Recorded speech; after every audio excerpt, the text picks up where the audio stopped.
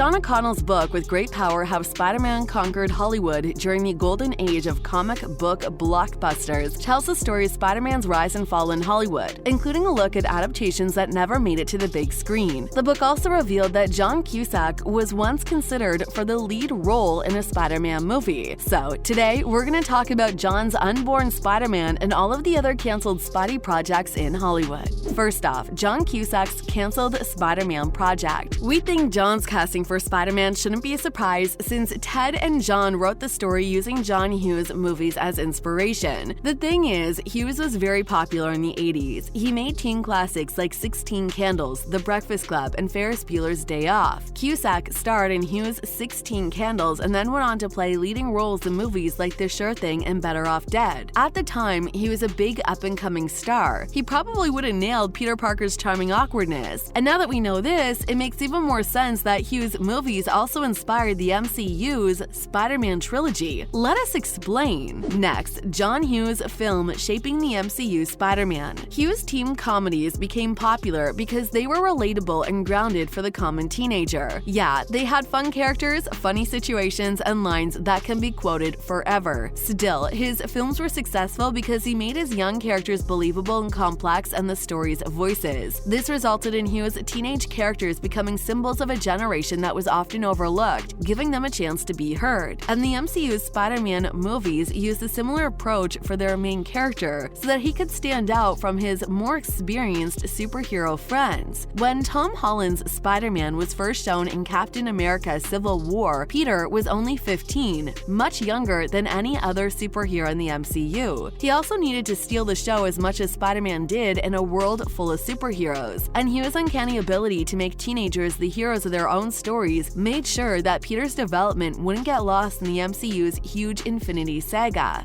followed by the MCU's Spider-Man growing beyond Hughes' approach. We all saw how the events in No Way Home forced Peter to grow up faster than he could have ever imagined. And as Peter's story goes on, it'll probably be more about him learning to balance his adult responsibilities with his crime-fighting alter ego than him dealing with being a teenager. So this kind of disproves Hughes' famous approach to writing about teens that won't work with Spider-Man anymore. Here's the thing, Hughes' stories have always been about teens discovering who they are and where they belong in the world. But even though Peter is still young, he now knows who he is and what he stands for. He's learned from his mistakes as a teenager, made the ultimate sacrifice, and is now in a place in his life where he knows how to protect the people he loves from his life as Spider-Man. And that means Spider-Man's story in the MCU is no longer about figuring out what kind of superhero he wants to be. Instead, it's about how he can stay a hero that the world and his loved ones can trust. Sorry for the inconvenience caused, Mr. Hughes. Moving on to the other canceled Spider-Man films, starting off with Canon Films' Spider-Man. In 1985, Marvel brought back the rights to make a live-action Spider-Man movie from Canon Films, which is no longer in business. This was an odd time for a superhero movie as Superman 3 had just bombed at the box office 2 years before, and Tim Burton's Batman wouldn't revive the genre for another 4 years. And for some reason, Canon executives thought that Spider-Man was a monster horror property. Wait, what? They asked Leslie Stevens to write a script in which Peter Parker basically turns into a giant human tarantula, and wanted Tobe Hooper, who directed the Texas Chainsaw Massacre and the Poltergeist, to direct it. But Stan Lee didn't like the idea of a Spider-Man movie that was so different from the comics, so Stevens' treatment was thrown out. After that, Ted and John wrote a new script for the project, and this time it was about how Peter Parker got his start, with Doc Ock as his teacher turned enemy. Joseph Zito is hired to direct and cast Bob Hoskins as Doc Ock and Tom Cruise, who is just starting out as Peter. Not bad, but things didn't work out in the end. Canon cut the film's budget in order to save money, which caused Zito to quit and the project to stop moving forward. And in the late 1980s, after expensive failures like Master of the Universe and Superman 4: The Quest for Peace, the already doomed Spider-Man project was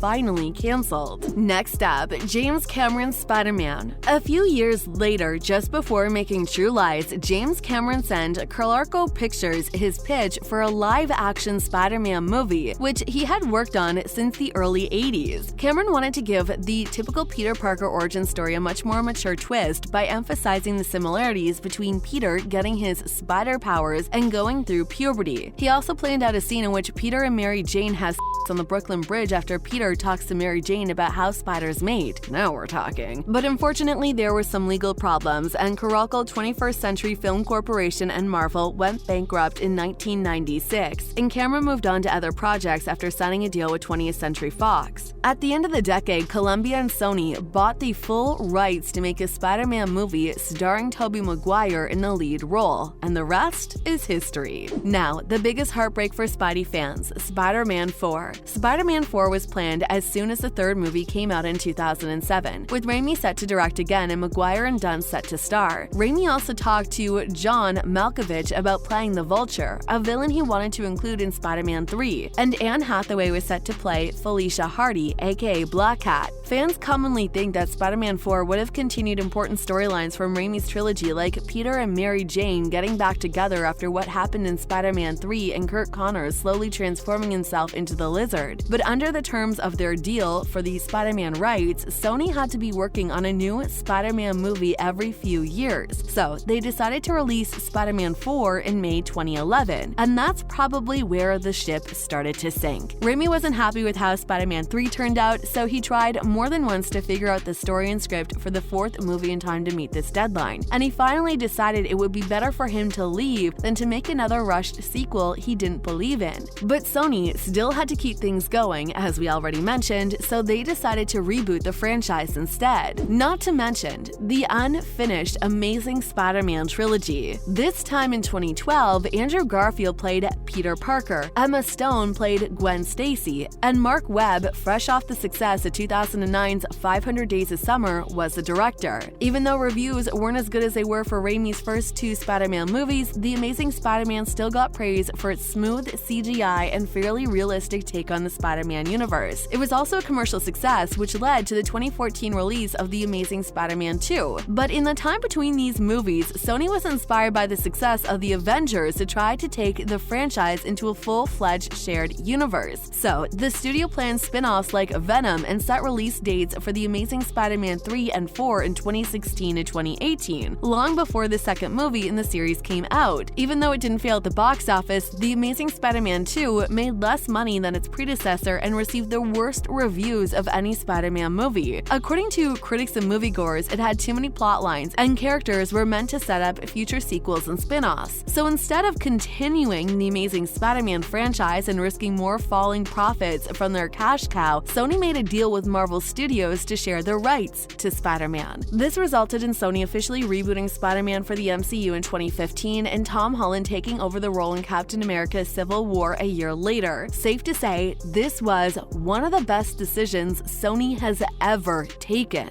Last but not least, the Sinister Six. The Sinister team was hinted at in The Amazing Spider-Man 2, but after the movie did poorly at the box office, Sony moved Sinister Six out to be the next movie in the series, but the movie reportedly never decided on a final cast, with Doc Ock, Vulture, Rhino, Mysterio, Black Cat, Scorpia, Sandman, and Kraven the Hunter all being considered at different times. At one point, the shelved project was also considered a redemption arc for the villains, but we guess that's not gonna happen anymore. There was also rumors that Norman Osborn would return as the Green Goblin and that the Savage Lands would also be featured in the movie. And when Sony rebooted Spider-Man in the MCU, the movie was never heard of and the idea was shelved. This does make us wonder, is Sony cooking something with Venom, Morbius, and now MCU's Falcon in their universe? Well, it's up to time to tell us. That's all for this video. Which of these canceled Spider-Man projects would you have loved to have seen? Let us know in the comments below. Don't forget to like this video, subscribe to our channel for more exciting content in the future, and thanks for watching. We'll see you next time.